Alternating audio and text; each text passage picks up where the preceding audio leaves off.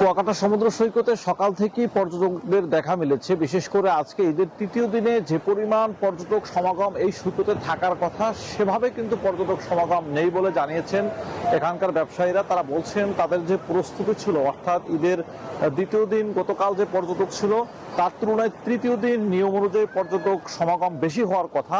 লক্ষাধিক পর্যটকের আগমনকে নিয়েই কাজ করছিল এখানকার ব্যবসায়ীরা, পর্যটন সংশ্লিষ্টরা।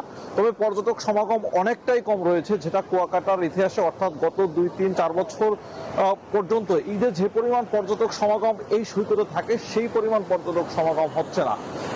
এই সৈকতের একই স্থানে দাঁড়িয়ে সূর্যোদয় সূর্যাস্ত অবলোকন করা যায়, যার কারণে ভ্রমণ পিপাসুদের কাছে বরাবরই প্রথম পছন্দ কুয়াকাটা সমুদ্র সৈকত। সব ছুটির দিনগুলোতে কিন্তু এখানে পর্যটক সমাগম থাকে। বিশেষ করে ঈদের পূর্বে যে শুক্রবার শনিবার ছোট ছোট ছুটির দিনগুলো ছিল, সেই ছুটির দিনগুলোতেও কিন্তু এখন যে পর্যটক হয়েছে তার চেয়ে বেশি পর্যটক সমাগম থাকতো এই কুয়াকাটায়। সেই তুলনায় কিন্তু এখন পর্যটক সমাগম অনেকটাই কম রয়েছে।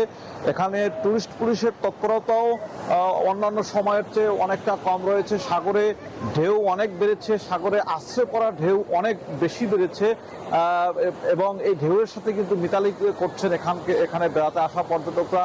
লাল কাঁকড়ার চর, হেয়ার দ্বীপ, আশপাশের যে স্পটগুলো রয়েছে প্রত্যেকটি স্পটেই কিন্তু পর্যটকরা যাচ্ছেন, আনন্দ উৎসবে মেতে উঠছেন।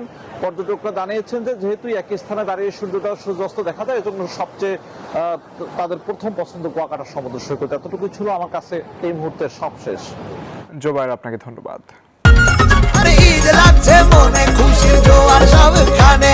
আরে ঈদ লাগছে মনে, বিকাশ পেমেন্ট সবখানে।